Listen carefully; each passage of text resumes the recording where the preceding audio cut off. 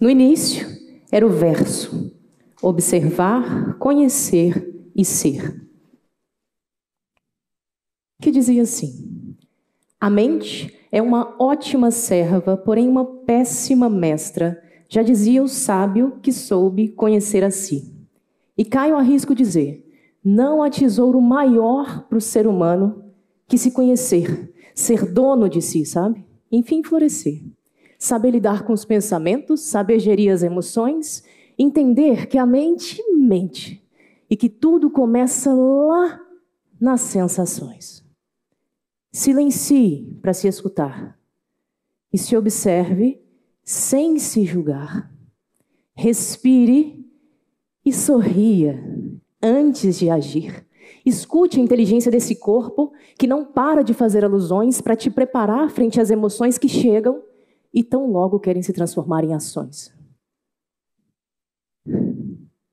Saindo do verso e vindo para os dados, uma pesquisa realizada pela Faculdade de Harvard, publicada na revista Science, chegou à seguinte constatação: em média, 40% do nosso tempo acordado, nós passamos divagando no mundo mental dos pensamentos. O que isso quer dizer? O corpo está sempre no momento presente, mas a mente viajando nesse tempo psicológico. Enquanto o tempo cronológico segue correndo, o psicológico muitas vezes escorrendo. Um excesso de ansiedades, buscando, querendo, desejando, fantasiando coisas que não estão acontecendo, muitas vezes sofrendo por coisas que não estão acontecendo ainda e talvez nunca vão acontecer a não ser aqui dentro. De um outro lado, uma tendência a ficar preso no passado, ruminando pensamentos com aquele contexto deveria, poderia, seria. É imperfeito esse pretérito, sofrendo por coisas que não estão acontecendo mais. Essa desconexão corpo-mente, além de potencializar esses transtornos emocionais, mentais, também nos impede, ou pelo menos atrasa muito, o nosso amadurecimento, o nosso florescimento, humanamente falando. Porque o corpo físico naturalmente envelhece e amadurece. Já o corpo psicoemocional precisa de psicoeducação. Meu nome é Amanda Leite e hoje desenvolvo um projeto de inteligência emocional baseado em psicologia aplicada e práticas meditativas de mindfulness, ou atenção plena. Que não tem nada a ver com ficar com a mente em uma tela em branco. Tem a ver com estado de presença. Práticas formais de meditação, onde escutamos os áudios e vamos focando no que está acontecendo, treinando a atenção no primeiro momento. E práticas informais, ao longo do dia, fazer o que for fazendo, sentindo, percebendo, unindo corpo-mente. E eu busquei a meditação por uma necessidade pessoal, inclusive, de lapidar em mim, cultivar em mim a chamada inteligência emocional. Porque, na verdade, nem sempre foi assim. Com 16 anos de idade, por exemplo, eu fui convidada a me retirar da escola que eu estudava, sem a opção de negar o convite, porque eu era reincidente com o consumo de bebida alcoólica com 16 anos. Depois daquele movimento ali, sofrendo as consequências daquilo, com 18, assim que eu terminei o ensino médio numa outra instituição, eu larguei tudo e fui morar num instituto franciscano de vida religiosa, no qual, se eu estivesse lá até hoje, eu era freira. O nosso cuidado lá era com moradores em situação de rua.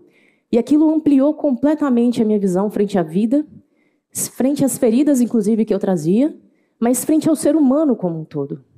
Eu era um adolescente completamente sem sentido na vida. Aos 21, eu encerrei esse ciclo, voltei para minha cidade natal, comecei o curso de psicologia, e nesse movimento todo já fazia psicoterapia, buscava cursos, leituras, tudo que eu pudesse, para poder me auxiliar na autoconsciência e na inteligência emocional. Foi quando também a meditação chegou para a minha vida, e eu fui percebendo mudanças significativas no trato comigo mesma e no meu entorno.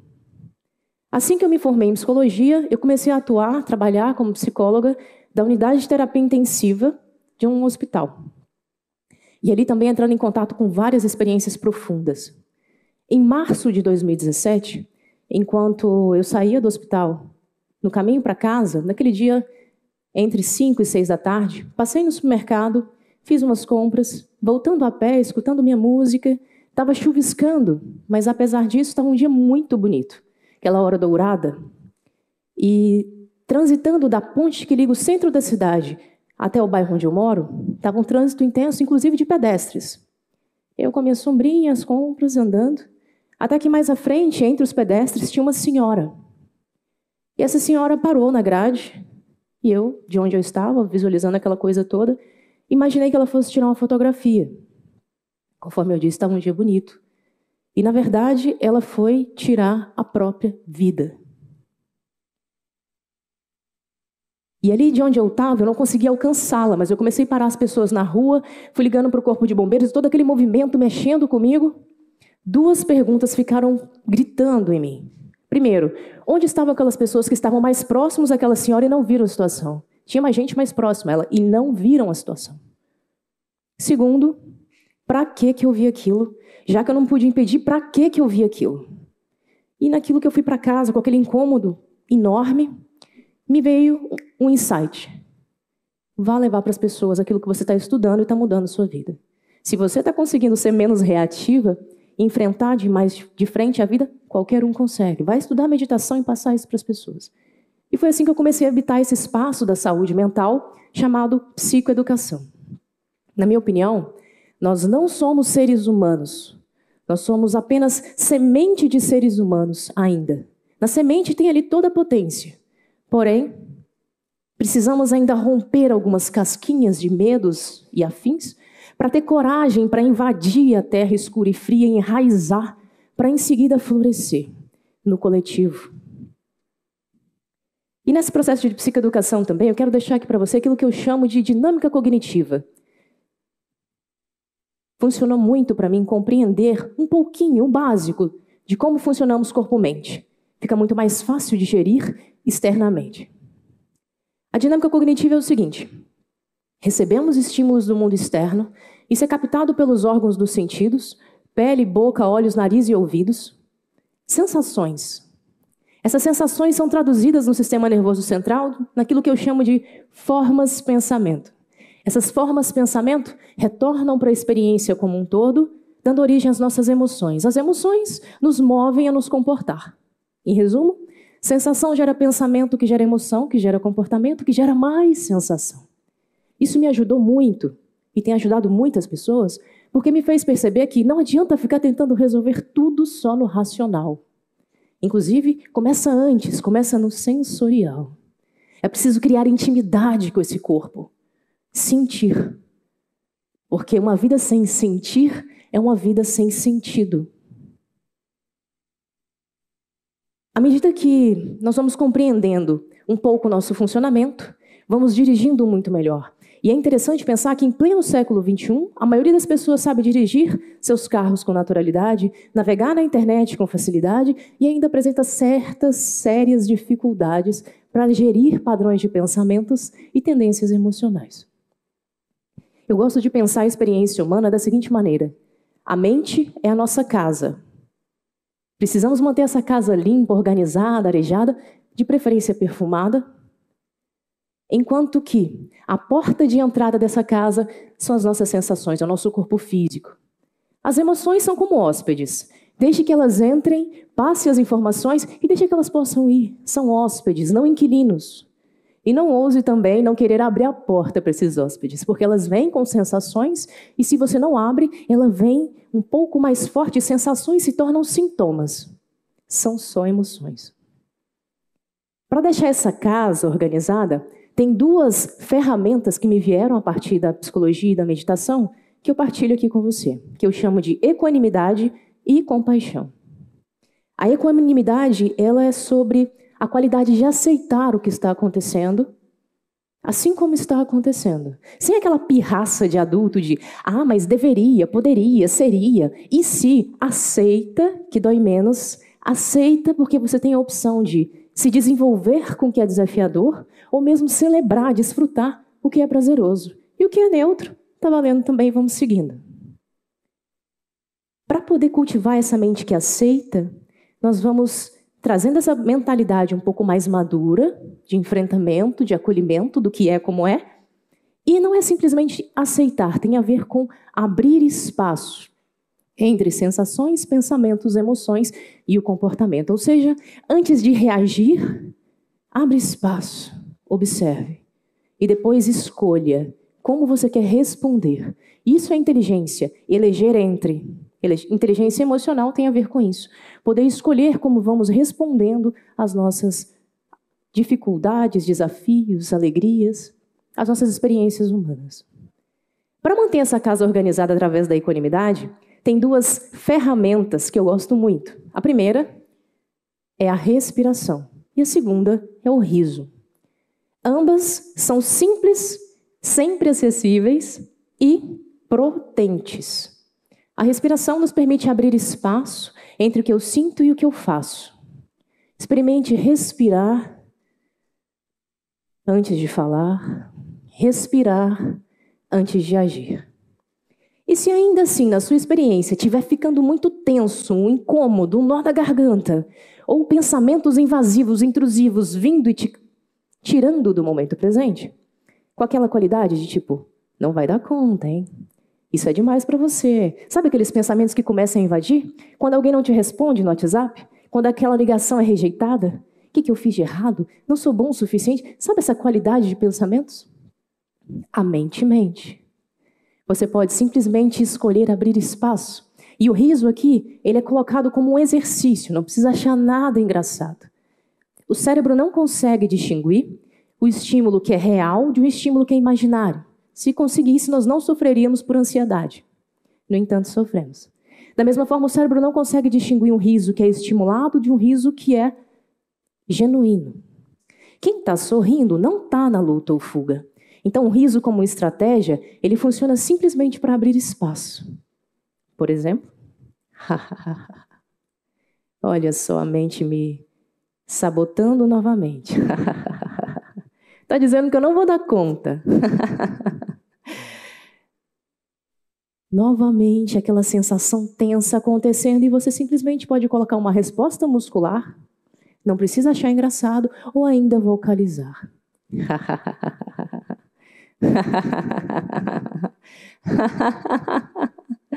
E vá observando como você se sente, porque se somos como o céu e as nuvens são pensamentos, o riso, ele vem como um raio de sol que rasga, dá um bug no cérebro. Ele ocupa esse espaço, nesse lapso. E aí vamos podendo manter essa casa muito mais organizada. Modifica completamente a nossa experiência. Exercite e observe como fica em você, na sua própria experiência. Casa organizada, você não precisa levar lixo emocional dos outros para o centro da sua sala. Outra coisa que me ajudou muito foi essa compreensão sobre o conceito de projeção. Se o outro precisa ser ignorante, violento, me acusar de uma forma mais desrespeitosa, o problema dessa pessoa não é comigo, é com ela mesma. E eu não vou levar o lixo emocional dos outros para minha casa. Dá um trabalho danado manter a casa arrumada. Na sua casa, só entra e faz bagunça quem você entrega a chave.